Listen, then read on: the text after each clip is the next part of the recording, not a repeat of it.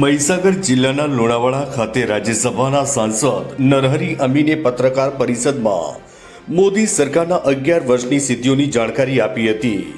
મહાનુભાવોએ સંકલ્પથી સિદ્ધિ અભિયાન અંતર્ગત મોદી સરકારના મહત્વના કાર્યો, ઐતિહાસિક સિદ્ધિઓની પ્રદર્શનની ખુલ્લી મૂકી।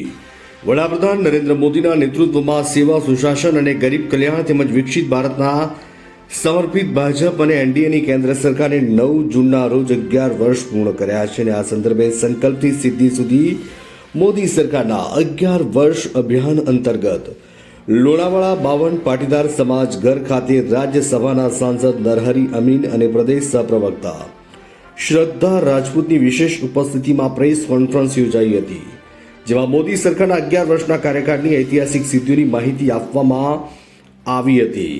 આ પ્રેસ કોન્ફરન્સમાં જિલ્લા ભાજપ પ્રમુખ દશરથભાઈ બારિયા, જિલ્લા પંચાયતના પ્રમુખ બાબુભાઈ પટેલ, બાલાસિનોર ધારાસભ્ય માનસી ચૌહાણ તેમજ સંકલ્પથી સિદ્ધિ અભિયાનના સંયોજકો, પૂર્વ ધારાસભ્યો, પદાધિકારીઓ, કાર્યકરો, પત્રકાર મિત્રો ઉપસ્થિત રહ્યા હતા। પત્રકાર પરિષદ પછી સંકલ્પથી સિદ્ધિ અંતર્ગત 11 વર્ષના કાર્યકાળની ઝાંખી દર્શાવતી પ્રદર્શનનું ઉદ્ઘાટન ઉપસ્થિત મહાનુભાવોએ કર્યું હતું। Bureau chief Sanjay Jaiswal, Mahisagar.